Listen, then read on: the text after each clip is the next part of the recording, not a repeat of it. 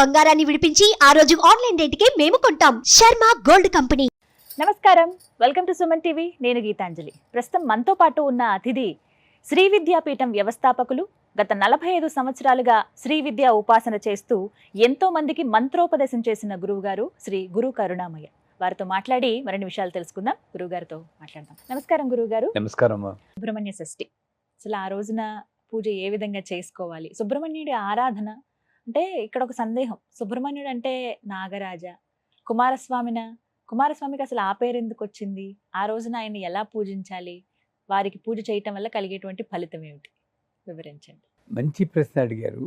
ఈ సుబ్రహ్మణ్య షష్ఠి ఎప్పుడు చూసినా సుబ్రహ్మణ్య షష్ఠి అంటూ ఉంటారు, స్కంద షష్ఠి అని. నాగుల చవితి తర్వాత షష్ఠి ఒకటి వస్తుంది, అప్పుడు సుబ్రహ్మణ్య షష్ఠి అనే చేస్తారు. ఇప్పుడు షష్ఠి అంటారు. నిజాన్ని చెప్పాలంటే సుబ్రహ్మణ్యుడు నాగరాజు కాదు, కానీ సుబ్రహ్మణ్య ఆరాధన వల్ల సర్పదోషం పోతుంది. సర్పదోషం అంటే సాధారణంగా ప్రతిదోషానికి ఏదో ఒక పేరు పెట్టాలి కదా. సర్పదోషం అంటే దానివల్ల పెళ్ళిళ్ళు అవ్వకపోవడం, అయినా భార్యాభర్తల మధ్య సఖ్యత లేకపోవడం, ముఖ్యంగా పిల్లలు కలకపోవడం, అలాంటివి జరుగుతాయి. ఇక్కడ చూడండి ఎంత టెక్నికల్గా ఇది వ్యాలిడో. ఇప్పుడు సుబ్రహ్మణ్య స్వామి స్వాదిష్టానంలో ఉంటాడు, అందుకే 6 ట్రయాంగిల్స్, షట్కోణం, ముఖుడు, షణ్ముఖ సరిపోయింది. అక్కడే బాలా త్రిపుర సుందరి, బాల సుబ్రహ్మణ్యం ఇద్దరు అక్కడే ఉన్నారు. ఈ ఆవిడ మంత్రం ఐం క్లీం సౌ సౌ క్లీం అయితే, ఈయన మంత్రం ఓం శ్రీం హ్రీం క్లీం ఐం సౌం శరవణ భవాయ నమః. శరవణ భవ శరవణ భవ శరవణ శరవణ భవ 6 సరిపోయింది. ఈ అక్షరాలు చెప్తేట కామ క్రోధ లోభ మోహ మదమాత్సర్యాలన్నీ కంట్రోల్లో ఉండి మంచి సాధన చేయొచ్చు. మరి ఇవన్నీ కంట్రోల్లో ఉన్నాయంటే భార్యాభర్తల మధ్య పెరిగిపోయింది కదా. అంటే సుబ్రహ్మణ్య మంత్రం దానికి సరిపోతుంది. పోతే ఇక్కడ ఏముంది, ఫిలోపియన్ ట్యూబ్స్, యూట్రస్ ఆడవాళ్ళకి. సో సాధారణంగా పిల్లలు కలకపోవడానికి ఈ ట్యూబ్లో బ్లాక్ ఉండడం, గర్భసంచిలో కొంచెం లోపాలు ఉండడం, స్పెర్మ్ కౌంట్ తక్కువ అవడం, ఇవన్నీ ఉంటాయి. ఇది సర్పదోషం అన్నారు. సర్పాన్ని కంట్రోల్ చేసేది పీకాక్, నెమలి మీద ఉన్నవాడు సుబ్రహ్మణ్యుడు. అందువల్ల సుబ్రహ్మణ్య మంత్రం చెప్తే సర్పదోషం కంట్రోల్ అవుతుంది, అది సత్యం. సో సుబ్రహ్మణ్య షష్ఠి నాడు ముఖ్యంగా అందరూ పిల్లలు లేనివారు ఆ రోజు పూజ చేసుకుంటే తప్పనిసరిగా పిల్లలు కలుగుతారు అని నమ్మకం పెట్టుకుని చేయాలి. పోతే ఎలా చేయాలి? సాధారణంగా ఆ రోజు కూడా ఈయన నాగరాజు అనుకుని పుట్టలోకి వెళ్ళి పాలు పోసి అక్కడ పోని నిజంగా సర్పరాజు ఉంటే వాటి పీస్ ఆఫ్ మైండ్ పోగొట్టేటట్టు అక్కడ టపాకాయలు పేలుస్తారు. తప్పేనా? అది అయితే చాలా దారుణం. శాపం ఇస్తాడు. నన్ను అడిగితే ఆ నాగరాజు శాపం ఇస్తాడు. అంతవరకు సర్పశాపం లేకపోయినా పుట్ట దగ్గరికి వెళ్ళి టపాకాయలు పెరిస్తే మాత్రం శాపం ఇస్తాడు.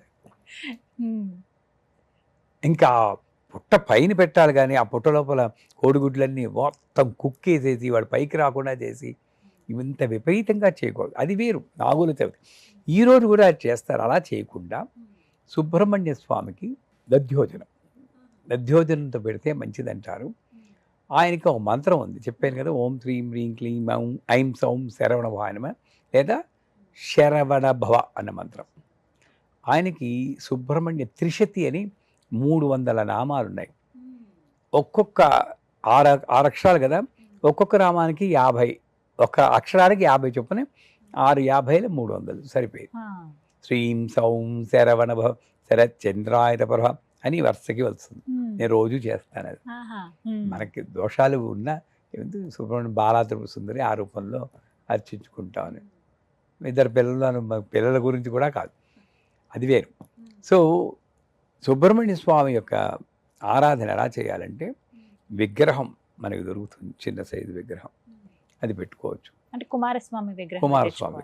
కుమారస్వామి అన్నా సుబ్రహ్మణ్యం అన్నా బాలసుబ్రహ్మణ్యం అన్న, మురుగ అన్న, షణ్ముఖ అన్న అరవ్వాళ్ళు బాగా చేస్తారు. వాళ్ళు అసలు ఎన్ని ఆలయాలు ఉంటాయండి. కావడి పట్టుకుంటారు. ఆ, ఈ ధనుర్మాసంలో కూడా కావడి పట్టుకుంటారు. పాల్ కావడి, దేన్ కావడి అని పాటలు పాడుకుంటూ, కొంతమంది విపరీతంగా ఇక్కడ నుండి ఇక్కడికి పొలాలు పరుచుకుంటూ, అది మనకు అనవసరం. సో సుబ్రహ్మణ్య విగ్రహం పెట్టుకుని అందులో వేల్తో ఉన్న, అంటే వేల్ అంటే శూలం, త్రిశూలం కాదు, శూలంలా ఉన్నది వేల్మురుగా, వేల్మురుగా, వేల్మురుగా, వేల్మురుగా అని అరవాళ్ళు పాట పాడతారు. అది పెట్టిన విగ్రహం పెట్టుకొని ఆ విగ్రహంలో ముందు ఆవాహన చేయాలి. ఆవాహన ఇక్కడ అక్షతలు పట్టుకున్నా కూడా ఈ ఆరాధన ఎందుకు చేస్తారు ముందు? ఇక్కడున్న దోషాలు పోవడానికి.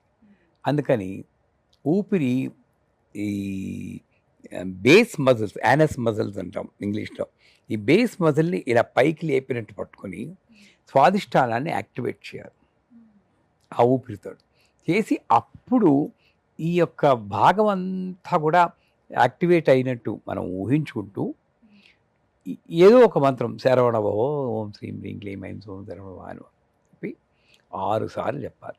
6 కానీ కొంతమంది 6 కౌంట్లు చెప్తారు. 6, 12, 18, 24 నీ ఇష్టం చెప్పి ఆ స్వామి మీద ఆవాహన చేయాలి. చేశాక తెల్ల పుష్పాలతో చేసిన, ఎర్ర పుష్పాలు యాక్చువల్గా స్వాదిష్టానం ఎరుపు రంగులో ఉంటుంది కాదు, ఎర్ర పుష్పాలతో చేసినా సరే, ఎర్ర పుష్పాలతో షష్ఠీదేవి అని ఒక దేవి ఉన్నారు. ఆ దేవి వల్ల పిల్లలు పుడతారంటారు.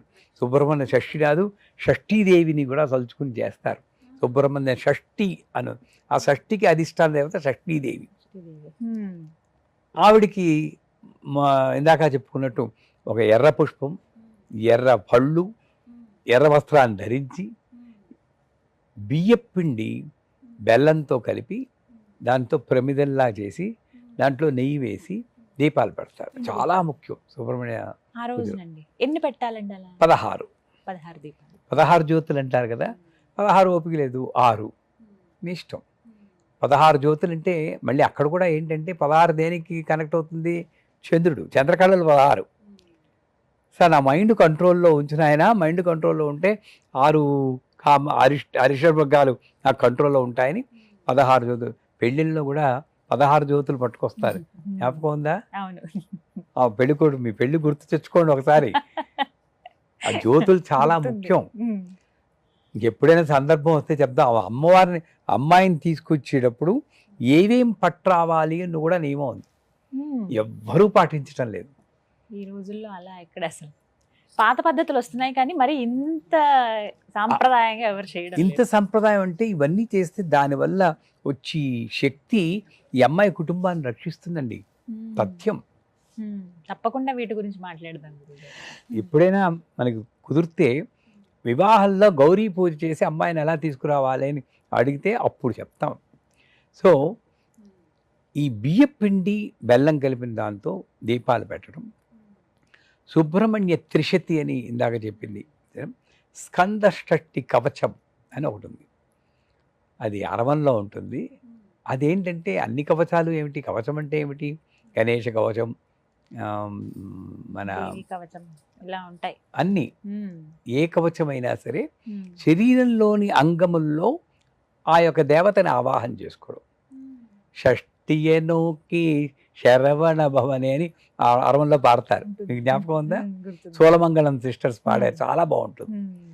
అది ఎంత రిథమిక్గా ఉంటుందంటే అది మీకు వీలుంటే చదవడము, లేక అరవంలో ఆ ఆడియో పెట్టుకోవడం చేసి అది శరీరంలోకి ఆ సుబ్రహ్మణ్య స్వామిని ఆవాహన చేసుకుని అది కూడా చేయడం మొత్తం చేశాక ఇందాక చెప్పినట్టు నైవేద్యం, మన బియ్యంతో చేసిన దద్దోజనం కానీ, తెలుపు రంగులో ఉన్నటువంటి నైవేద్యాన్ని పెట్టి చివరగా ఈ ఒక్క షష్ఠికే ఎందుకు చెప్తారో వస్త్రదానం చేస్తే చాలా మంచిది. దానం చాలా ముఖ్యం. సుబ్రహ్మణ్య షష్ఠి నాడు పూజ ఎంత చేస్తామో దానికి తగిన దానం, ఏదో లేని వాళ్ళకి వస్తా అన్నం పెట్టడం, వాళ్ళకి వస్త్రాలు ఇవ్వడం, అది చేస్తే ఈ రకంగా మొత్తం అంతా సుబ్రహ్మణ్య షష్ఠి నాడు చేస్తే మనకి సర్పదోషాలు పోతాయి. సర్పదోషాలు పోయి పిల్లలు లేని వారికి పిల్లలు కలగడం, మానసిక శాంతి.